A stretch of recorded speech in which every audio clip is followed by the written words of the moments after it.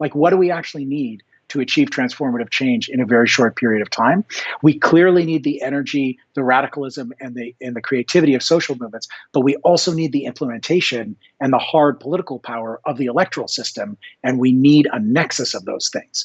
And so I feel like, thanks to some of the worlds that I've moved in journalism and my family inheritance and teaching and tradition, that I might have a chance to be somewhere, to get in there, to hold the door open to the halls of power, so that the rabble represented by the serfs, chat can somehow rush in to the halls of power and push those debates.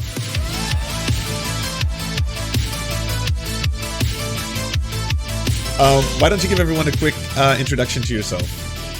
No, that's okay. You could just read. No, I'm just kidding. You think you're interviewing someone else. This is awesome. This is my first time on a Twitch stream. My name is Avi Lewis. I live in Whale Quay, otherwise known as Half Moon Bay, British Columbia. I have been a journalist and filmmaker for a lot of my career. I started my career in 1989 in the City TV newsroom in Toronto. In fact, I remember the day when the Berlin Wall fell. It was in my first week in the newsroom. So that my life work is really defined by the period of the post-Cold War and American supremacy and the neoliberal behavioral experiment that has been visited on all of us in planet Earth. So you were shaped by the Red Scare and McCarthyism. I came in at the beginning of the end of history as an adult anyway. But yeah, I grew up in the 70s. I remember the day that Nixon resigned. It was not in the early 70s, and being in the lake in the summer, and my parents coming out the door and like cheering and running up and down on the lawn. My dad, Stephen Lewis, was a leader of the Ontario NDP in the 70s, and he was Canada's ambassador to the UN in the 80s, and went on to be the first Secretary General's envoy on AIDS in Africa in the 90s and after. My mom, Michelle Landsberg, was Canada's really only feminist newspaper columnist for the 70s and 80s, and was a groundbreaking journalist, writing in the Star and the Globe.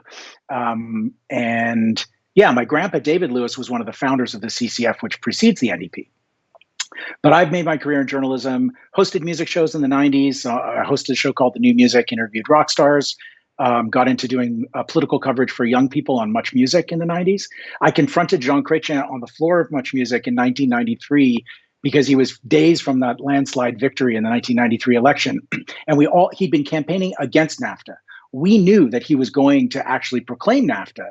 And so I challenged him to just say the truth, that he was running from the left and was going to govern from the right, and of course he denied it, and then he did it, which is pretty much the liberal way. So that's nothing new. In the late 90s, I hosted a live debate show on CBC News World called Counterspin, which was an hour of nightly political debate, and it was a weird moment where they allowed a self-declared socialist leftist insurgent to have an hour of national television time every day.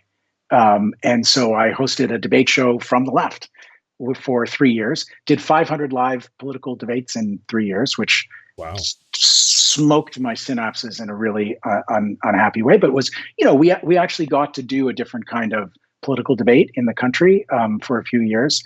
And then I started making documentary films, made a film on the Occupied Factory movement in Argentina.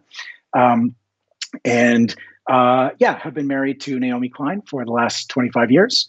We've done a lot of projects together. We launched the LEAP Manifesto together with a whole bunch of other social movement folks in 2015 as an intervention into that election. And now, in this moment of overlapping crises and emergencies and the unprecedented opportunity of this political moment, when the federal government just spent $300 to $400 billion in a year and a half, in 1 year actually, and the sky didn't fall. I mean, too much of it went to Air Canada executives and to the crystal-topped cognac collections of bank presidents. There was way too much corporate welfare bums at the trough of the pandemic spending, but they spent a huge amount of money, and the toxic logic of austerity has been shattered forever. So now we're in a moment of true emergency. We've just had our first mass casualty event of the climate emergency era here in British Columbia, where 569 people died in the heat dome because of the heat dome fueled by climate change.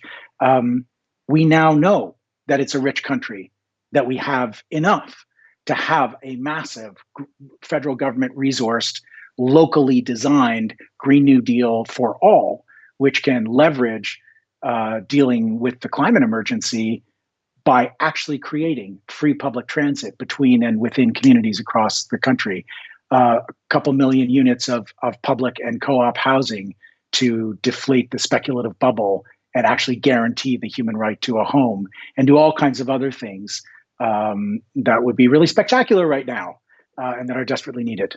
I was like, so that sounds amazing. That's my nutshell. That's why I'm a fan of the Serfs. I was going to ask, you said that they allowed, a radical lefty to host this debate show. What kind of started your political journey? How did you find yourself as a leftist? It's funny. People that I know who had conservative families or who have conservative families, I've always been a little bit jealous because they got to define their politics on their own. It was their rebellion. It was their thing. Everything, their political education, they really owned. I was born into a lefty family. I was actually born into a lefty tradition. My great-grandfather was a Bundist, and the Bund was this incredible Jewish political movement in the Pale of Settlement in Eastern Europe, Poland, Russia, Ukraine, Belarus today, but where all the Jews were shoved into the ghettos in the 19th century. And the Bund was a political party, a trade union, a cultural movement, a theater movement, a social movement. It was an all-in people's movement that attacked a socialist movement that attacked capitalism on every front: electoral movement, workplace unions, and culture. And he had to flee the country in part because the Red Army, the Bolsheviks, were sweeping through, and the Bolshevik-Menshevik war in the early days of socialism at the beginning of the 20th century, he had to flee into exile, and that's how my family came to Canada. My grandpa learned English when he came here, and fell in with the founders of the CCF, Tommy Douglas. I remember Tommy Douglas when I was a kid. Those folks were around our house, and we were like an NDP family. So I inherited a set of political beliefs, and then had to sort of, as I emerged as a human and as an adult, had to test them against my own lived experience in the world, and try to figure out how I stood in relation to the political tradition that was kind of, it was put in there, a little bit of scotch in the bottle of milk and a little bit of socialism, and that's what I got. Wild. So what made you want to get into politics? Well, it's a fate that I've been avoiding all my adult life. I've been pissed off at the NDP since 1985, which was the first election that I could run in that I could vote in as an 18-year-old. And I was like, wow, you ran when you were 18? That's wild. Well, I guess I could have. I remember the first time I was asked if I was going to run, I was definitely still in diapers. Like, are you going to run like your daddy? And so it is something that I've been in flight from, white-knuckled flight from, for my entire existence. I saw how gross the game became. My dad left politics in 1978 because it was getting too ugly, too toxic, too personal, too mean-spirited. In 1978, people. Wow. So it's not like a beautiful dream of mine.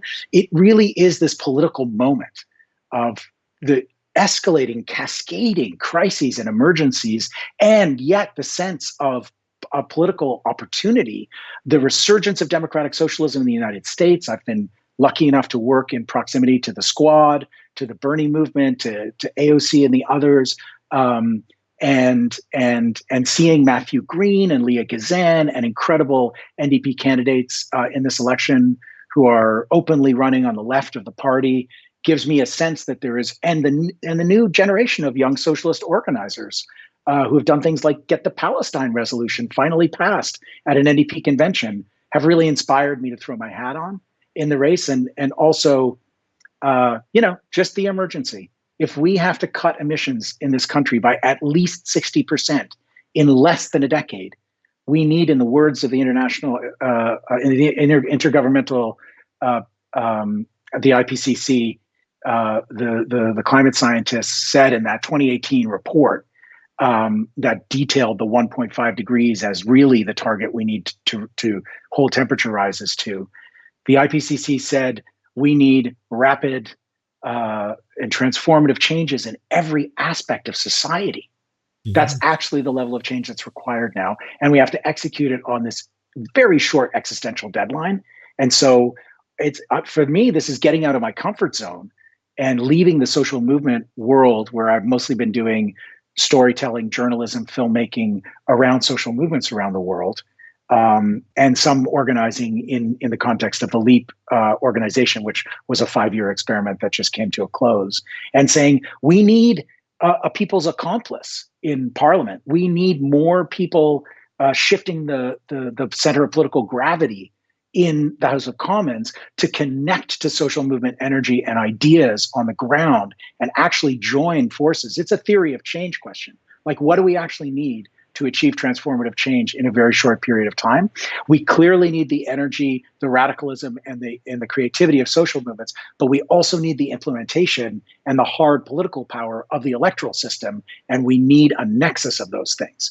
And so I feel like, thanks to some of the worlds that I've moved in journalism and my family inheritance and teaching and tradition, that I might have a chance to be somewhere, to get in there, to hold the door open to the halls of power, so that the rabble represented by the serfs, chat can somehow rush in to the halls of power and push those debates. I don't want to have to put you on the spot by getting you to say anything bad about John Horgan, but what are your thoughts on the logging and forestry going on in BC, and that obviously contributing to climate change? What could we do about that? And also, are you in favor of nationalizing the energy systems we already have in Canada, like the tar sands, for example? Fantastic questions. So first of all, I'm not going into politics because I think any one party, let alone any one leader, is doing it right. The entire political system is incapable of responding to the crises that we face. And so I'm going in to try to shake it up. That's for starters. The NDP is definitely the best party of the lot. There's a strong eco-socialist wing of the NDP. There were a bunch of eco-socialists who tried to come in and take over the Green Party with Dimitri Lascaris. They came much closer than anyone would have expected. And I think a lot of those folks are realigning behind left candidates in the NDP today. Every party is a big tent. I'm not going to trash anyone personally. It's just not my style. I come from a kind of old school political tradition, so I'm not going to do that. But I think it's utterly vital in this moment to have positions of moral clarity on the clear issues of the day. So our forests in Canada have gone from one of the world's largest carbon sinks, soaking up carbon dioxide from fossil fuel combustion, to a producer of carbon just in the last few years. And it is one of the tipping points that is fueling runaway climate emergency. We cannot cut down a single old growth tree, not one more. It is absolutely immoral. It should not happen. There's no reason for it. The only reason to harvest old growth is for cultural purposes and production and harvesting of cultural value for Indigenous communities. And what that tiny percentage of the old growth that is left must be preserved for that. The First Nations that are engaged in logging have a right. They have a right, as we implement UNDRIP provincially and federally, to do sustainable forms of resource extraction. But I would argue that the setup of the colonial system has pitted First Nations against each other and against environmentalists because there's no other economic development plan offered for First Nations. So before we start saying, well, this First Nation supports logging, or this First Nation supports LNG, or they signed it, they're signing economic benefit agreements and environmental restriction agreements because they have no other way to get a living from the land. And the land has been poisoned by a couple of centuries of extraction and colonial resource development. So yes, I think that we have to protect old growth. Yes, I think that the Horgan government's own review of the old growth logging situation, the strategic review that they did a year ago, if you read that document, is absolutely fantastic. And the first thing that they say is First Nations must be involved in every single level of decision making. Fine, first principles. The second thing they say is we have to stop treating trees as a raw commodity to be turned into money. And we have to start treating the forests as the ecosystem support for life on Earth. We have to start valuing forests as communities. And the current scientific research on trees is utterly mind-blowing. Like, go and read The Overstory by Richard Powers and look at the work of the latest scientists. Trees communicate, they warn each other of threats, they support all life in these precious ecosystems that are the life support system for all life on Earth. And the Oregon government's own strategic review of old growth logging started from that premise, that we have to have a paradigm shift in how we see the natural world. And I utterly support that view. Now, you talked about nationalizing oil. I was going to ask both about what your thoughts were on that and how could it actually be viable. A quick historical footnote. My grandpa was the leader of the federal NDP in 1972. He ran this phenomenal campaign on the slogan "Corporate Welfare Bums," detailing all of the handouts, subsidies, tax breaks, and free money that the government of Canada gives to big corporations. And he really struck a chord with this. I just recently did a video commentary, was released, I think, yesterday, from The Breach Media, which is a fantastic new left-wing media outlet. If you folks are not watching The Breach, you got to get with it. It's great journalism. And we sort of updated the corporate welfare bums frame for 2021. But my grandpa in 1972 brought Trudeau's majority government to a minority. And for 2 years between 1972 and 1974, David Lewis stood across the floor of the House of Commons from Pierre Trudeau and made some very difficult decisions, agreeing to support the Trudeau government in exchange for measures that he was able to extract. They extended old age security. They brought in workplace safety. They had the first election finance rules, and they created Petrocan, the nationalized, publicly owned energy corporation that was privatized by liberal and conservative governments in the 80s and 90s. But in the 1970s, we owned an energy company. Imagine if today we had one of the big five in the tar sands actually publicly owned that could model a just transition for energy workers and a wind down of fossil fuel extraction on a justice-based principle in the public interest, for the public good, owned and operated by the public. Like, that is the model that we actually need. And there's absolutely no reason why oil and gas workers have to be thrown under the bus in this discussion. And it's one of those traps that the corporate media have just set up for us, that it's just a complete and utter freaking lie, okay? First of all, since the price crash of 2014, tens of thousands of oil and gas workers in Alberta have been thrown under the bus by the industry, one of the most pernicious, violent, extractive, worker-hating industries on Earth. They've lied for years. They extract from people. They throw workers under the bus time and time again. Their workers are being replaced by automation. Environmentalism and climate policy is not displacing oil and gas workers. It's the bloody big oil that's doing it. Okay, fine. So what can they do, though? They're trained to drill. They're trained to work on wells and rigs. We have decades of good paying work to do in Alberta, in Saskatchewan, in Newfoundland, in places where there's oil extraction, cleaning up a century of toxic, leaking oil and gas infrastructure.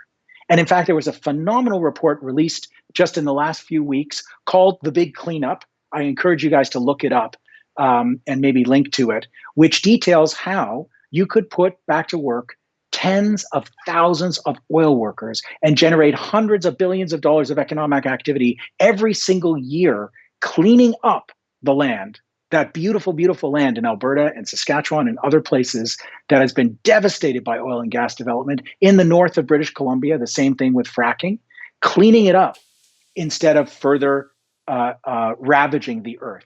And the best part is polluters have to pay. The Trudeau government. How do we go about it, though? Like, what would be the best method?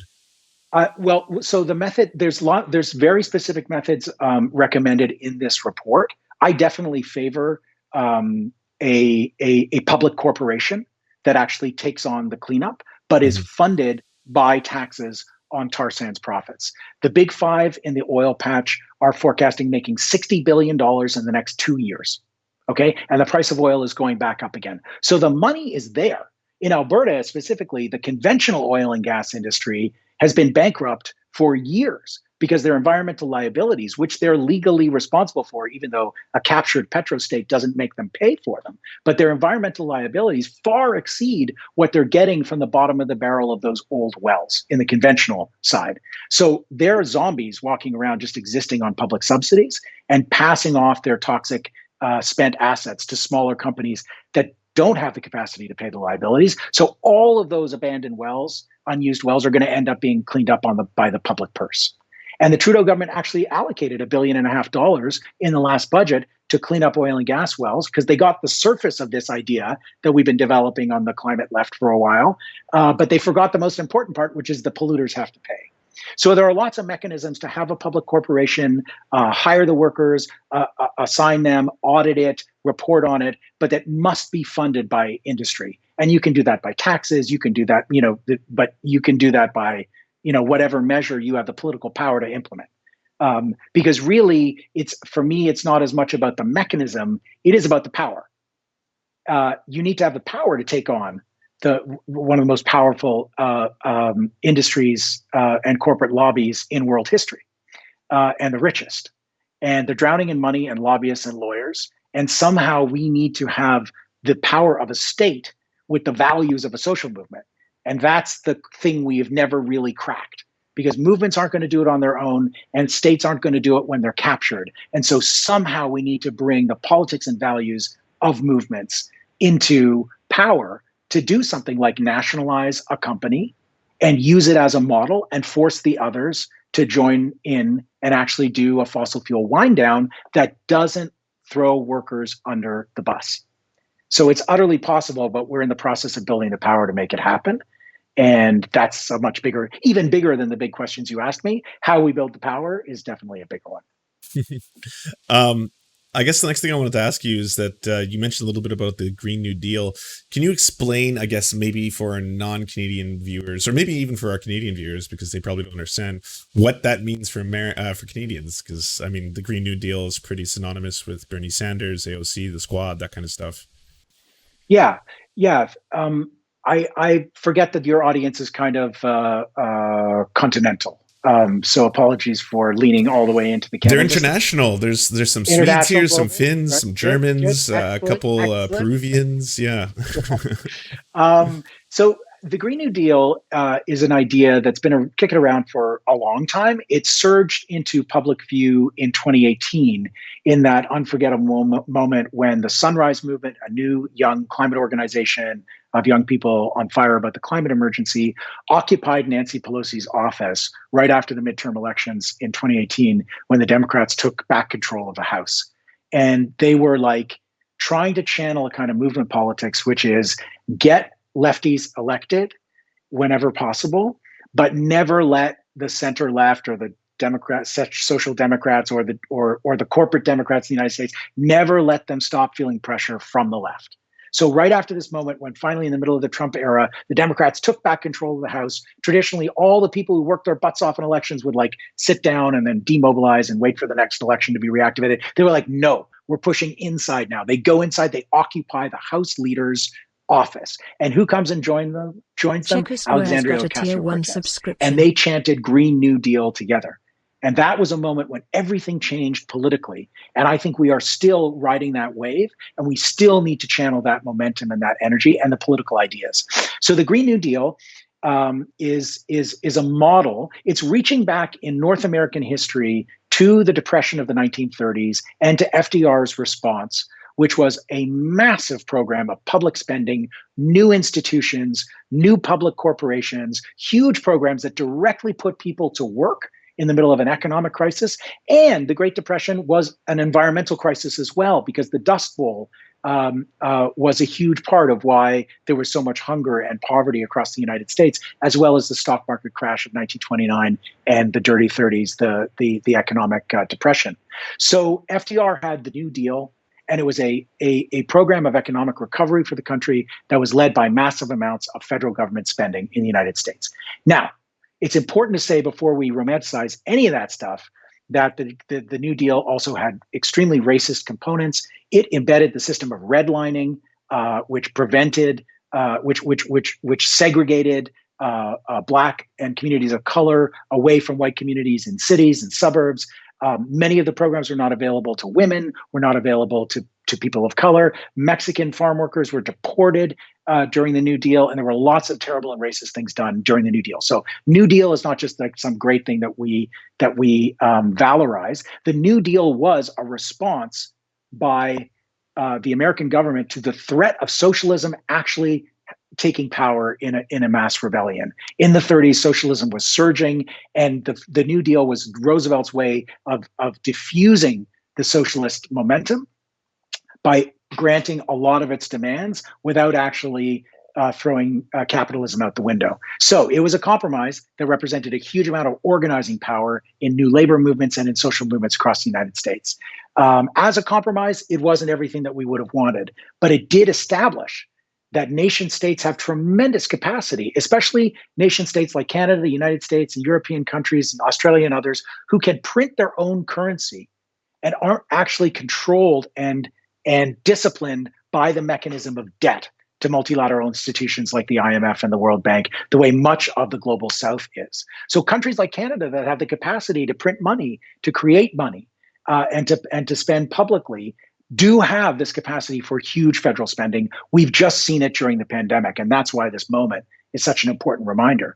The Green New Deal says, let us take the principle of using the resources of the nation state to have a huge program of public investment in publicly owned new corporations, in new systems of transit, of housing, of care, of childcare, of elder care, of putting people to work in zero carbon jobs and creating an economy based on care, based on non-emitting, non-extractive services and forms of economic activity that don't burn carbon and don't leave anyone behind. So it really is addressing the housing crisis, addressing the transit crisis, addressing the crisis in long-term care where our elders are still dying of COVID, addressing the crisis of immigration, where there are tens of thousands of people, hundreds of thousands of people, millions of people across this continent who have no status, who don't have the basic human right to move from one place to another, and who are marginalized, oppressed, and deeply exploited because of their vulnerability, because of their precariousness and their immigration status, and grant permanent status to everyone, and have a healthy food system informed by indigenous teachings that is more locally based, and sever the long supply chains of global corporations and actually start local clean manufacturing to employ people in local economies, making things that actually last instead of things that visit our lives briefly between a factory in China and the landfill. Actually have an economy based on caring for the earth and one another, which was the slogan of the LEAP manifesto. That's the Green New Deal. It's the big change that we need to make. It's the positive, justice-based future economy and society that we need to build as we slash our emissions to zero in an incredibly rapid way. Chad wants me to ask you what your thoughts are on nuclear energy. So, I think the climate movement is always having a debate about nukes. The truth is that nukes are incredibly expensive. They take a very long time to build production. They have this existential problem of waste disposal that has never been solved. And we already have the technology in wind and solar and geothermal and tidal energy to solve the emissions problem without nukes. And the nuclear industry is very wily, like the tobacco industry, the oil and gas industry. They're always looking for a way to repackage and insert themselves in whatever the latest business case is. And now they have this new thing of like small nuclear reactors, next gen nukes, none of which has been created, none of which has been proven, all of which is still a notional techno fix to a very real and immediate problem of getting non-emitting sources of energy.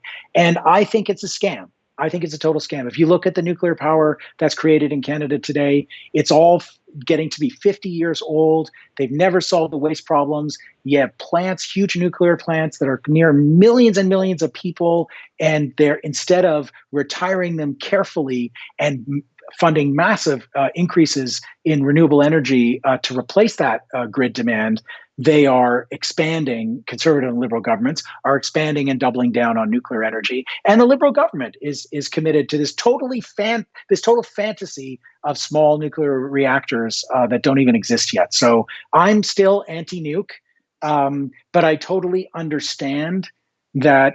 You look at a country like France, it gets like 80% of its power from nuclear energy, and you see that they can get their emissions down faster. I understand the allure of nuclear energy, but I think in any solution, you have to look at the corporate players, the corporate interests, and the actual cost and rollout potential, as well as like who benefits. So that's my feeling about nukes. But it's sort of, sorry, just quickly. Yeah, it's a techno fix solution in a way, right?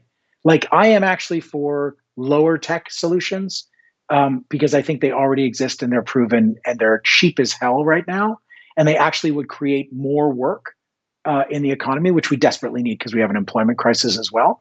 The model of energy distribution that we have is a very patriarchal, old school colonial model of centralized power production, right? That helps to centralize power in the production and distribution of power. And that's the 1950s and 40s thinking that built our grid. And I do think that we need distributed power generation. We need community control of power.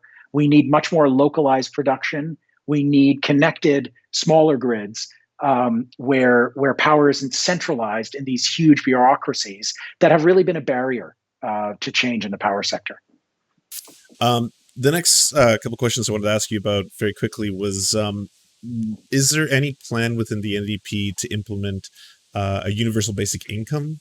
And what are the thoughts on worker cooperatives and how to make them prosper, or at least get more of them in Canada? So the universal basic livable income, guaranteed livable income, has been championed by one of my political heroes and comrades, Leah Gazan, the wonderful MP from Winnipeg Centre. And Leah has really led a movement within the NDP to popularize the basic income model. And I think there is a lot to recommend it. I think for me, there's sort of a debate between a job guarantee and a livable income. Livable income says having a decent standard of living is a basic human right. A lot of people can't work or don't want to work. A job guarantee excludes many people with different kinds of disabilities or other barriers to employment. On the other hand, a universal basic income implemented by a neoliberal government is a pretty scary prospect because they'll use it to slash the welfare system and say, oh, we can save money on giving a smaller check to everybody. And so there's big debates between these models. I could argue either side. I think we keep pushing for these models because they expand the political universe of options. And I do think there's a lot more energy for universal income because of Leah.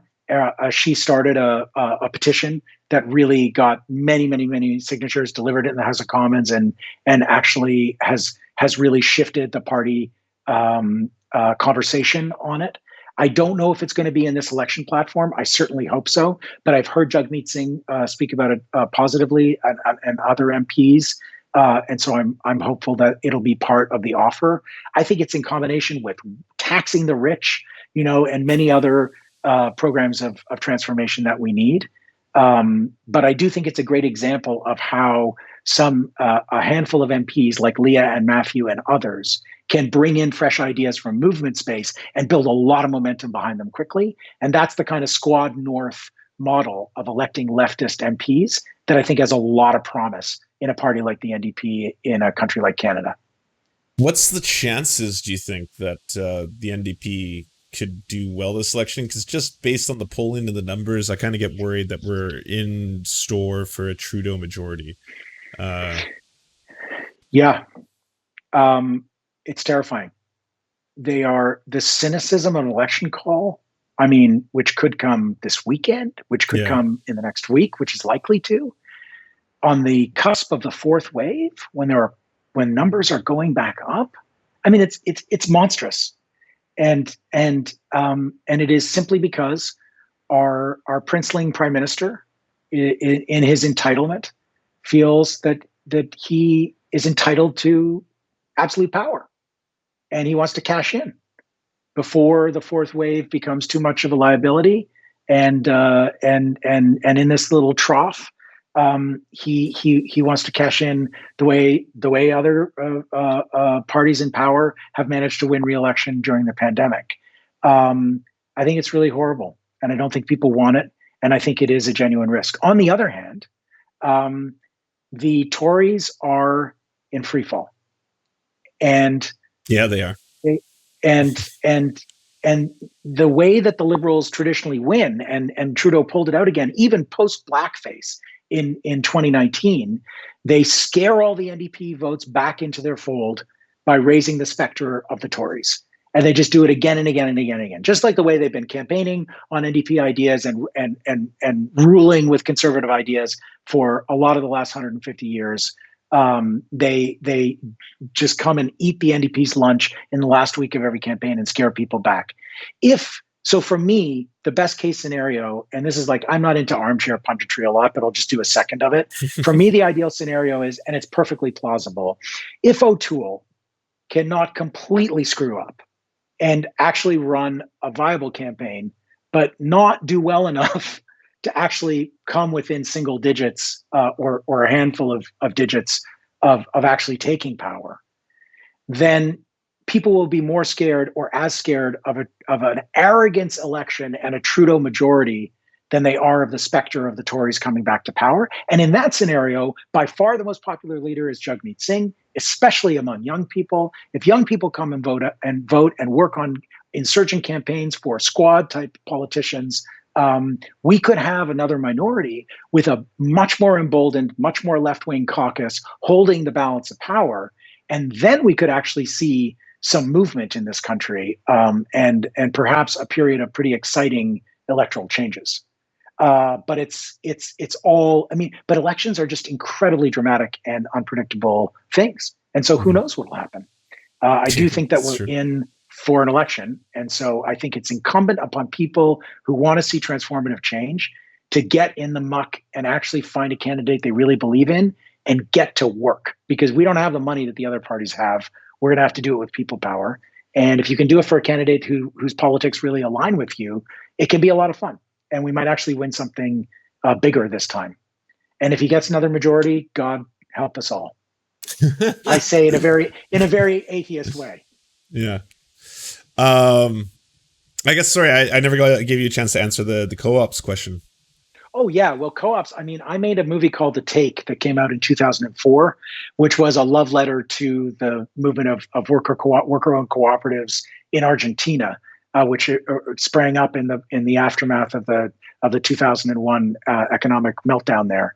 And I spent a year sleeping on the floors of factories and living in struggle with workers who were taking back their factories and converting them to worker-owned cooperatives, and voting on absolutely everything on the factory floor, from which production lines to start up again, to how much to whether introduce like new products, to whether or not to share the surplus that they got from selling their products equally among all of them, or whether to use some of it to hire more people and enlarge the circle of hope and opportunity in their communities. It was a very inspiring experience for me. There's a shitty version of The Take on YouTube, but if anyone's interested in watching a better quality of it, I have a Vimeo that I'm happy to open up to people, because the rights are sort of in flux 15 years later.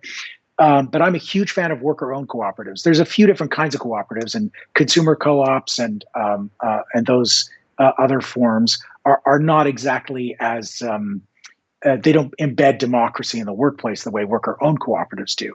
I think it's very easy to stimulate more worker cooperatives, and they're all simply changes in laws and regulations that benefit the worker co-op model. And having a new public corporation created by the federal government to train and develop and support and make loans to worker-owned cooperatives and adjust the regulatory environment so that when a business is going under, the first line of response should not be sending them to the bankruptcy vultures to sell off and strip down all the assets of the company, but to hand it over to its workers to run democratically. That can just be a law. That's what they were fighting for in Argentina. New bankruptcy law. Anyone going under, first opportunity is for the workers to come together and propose a co-op. That would be huge. Worker financing for worker co-ops is a huge problem, because banks don't recognize the collateral. And so every business needs loans in order to make payroll, in order to buy raw materials, in order to just survive. And worker co-ops can't get loans from banks. And so if you had public banking that was loaning to worker co-ops to give them the necessary capital to operate, that would be a huge boost. After the tape came out, I accidentally co-founded an organization called The Working World, and people should check it out at theworkingworld.org, where over the past 15 years, we've raised millions and millions of dollars that go in loans to worker-owned businesses in Argentina, Nicaragua, and now in the United States. And a lot of really radical local projects that have access to capital because we've raised it and put it at the service of the co-op movement. So that's another model, is actually to have pools of capital that are just available for worker-owned community co-ops. And so there's a lot of things that can be done. And there is no question that worker cooperatives must be a hallmark of a democratic economy. And they can be done for energy, they can be done for community care, they can be done for all kinds of social services that are vital. And they're a huge part of the solution. One of the last questions I have, do you mind answering one from the audience? Of course not. Ask about secularism in Quebec and how Jagmeet expects to take the province this time. That's a hard one for me to answer, because I'm a rookie candidate, so I it's also highly contentious. I was like, oh, that's a spicy question. Yeah, it is. It is spicy, and I honestly haven't had time to like really dig into it. So rather than just bullshit for you, can I say I got to do some learning before I really get into it. I know that the party that's got to be one of the most intelligent answers you can give to anything, right? It's like I don't know enough to talk about this, so I would like to go learn more. Yeah, sure, I can give you a word salad, but then that would just be that. So yeah, sure. Hey, and I appreciate it. You haven't given me any word salad yet. It's just been regular salad. It's been great. That's a relief. Great. Yeah, I'm a big fan of salad. So that's I guess the biggest thing is where can people find you? How can they help? How can they get involved? What can they do? Well, it's pretty easy. Avilewis.ca is my website. It's my name, Avi, A-V-I, Lewis, Lewis.ca. And, it's your standard campaign website. It has my basic front window political offer, which is the pandemic recovery must be a Green New Deal for all, which is the simple message that I'm running on. And you can volunteer there. We definitely have a lot of support from lefties around the country and even around the world who are volunteering to phone bank. Anyone who's never done a call hub shift, it's actually great fun to, the call hub interface. I don't know if you used it. It's really easy. It dials for you. There's a little script which you can ignore. The person's name that you're talking to comes up, and just phoning up random strangers and getting to talk about the most important and exciting things in the world, like politics, is actually a ton of fun. And we need to phone thousands and tens of thousands of people in the riding, and people can do that from anywhere. And I have great volunteers who can train folks up to support that way. We need lots of small donations, like any insurgent campaign. $25 from someone who really cares means more to me than $250 from someone who doesn't notice it. And so we did really encourage small donations. And just get in our database, volunteer for a call shift, call up some friends and rope them in. I do think that like relational, people-powered organizing is the only way to win. I'm running in a riding where the NDP has never won before, hasn't run a strong campaign in a really long time, because I believe that left populism can work anywhere. This is the place where I live. This is where I'm making my stand. It's this beautiful place in coastal British Columbia that is right on the front lines of the climate emergency, that has really strong Indigenous nations and movements, and a huge potential for us to learn about forest management, about food, about the forest, about our life support systems. And I think this is a beautiful place to fight for a Green New Deal. But that doesn't mean that people around the world, around the country, can't throw down. So that's the pitch. It's a great pitch. It was really refreshing talking to you. That's like, it's inspiring to hear someone who's working towards actually building a political future, but actually making one that's tangible, which I think is a big difference, right? Rather than this like pie in the sky kind of, hey, by the way, if we just like, hope and pray, we can build the great cloud lizard of our dreams or something like that. Like, it was actually like, okay, this is how we can achieve this. I don't think electoral politics is the be all and end all. The real energy comes from social movements. But we unfortunately have so little time left, and we need such big change that we're going to have to involve the electoral system. And so it's really about working together across all the different theories of change and trying to push things as fast and as far as we can, and winning what's there to be won and piggybacking on those wins to build towards transformation. Absolutely. Well, thank you so much for taking the time. I appreciate it. It was a great pleasure. Thanks so much for having me. And the mix up at the beginning was truly hilarious. And I really enjoyed it. It was fun. Yeah. All right. Have a good one. All right. Take care. Cheers. That was so wholesome. What a great guy. Do you want movies and Serfs watching the movies? So then come over to the new channels. It's the Serfs Cinema. Thanks so much for watching, everybody. Can you do the thing, that thumbs up and comment and all those things that help us out in the algorithm that controls every aspect of our lives? Also, if you happen to have a Facebook account, can you delete it? Like just delete it. You should probably delete your Facebook account because it's not a great company. But hey, if you can't do that for whatever reason, I understand. And could you also go to facebook.com/thesurftimes then and give us a little like and a follow. We're just trying to push back against the fact that people like Ben Shapiro happen to dominate the platform entirely. And when everyone asks, why do older generations believe the things they believe? One of the problems is the majority of them on social media use Facebook. So to counter that, we're just going to be on there too now. Also, if you happen to have a union or a worker co-op or even a leftist project, podcast, website, Zoom, MySpace, it doesn't matter. We will advertise it for free on this channel. All you got to do is go to weareserfs.com and use the forms that we got there, weareserfs.com. Thanks, everybody. To our wonderful gods, Xander Corvus, VK Jehannam, T. Grow, and Peyton L. Just, may you smite all of our enemies. To our monarchs, Tom Spiker and the Tim Caucus, we are your humble servants, ready to do all your bidding. To our lords, Evan Nudie, Trevor R., Alexander Thaler, Ryan Lubin, and Jeff Lamb, we shall proudly carry your banner on the online battlefield.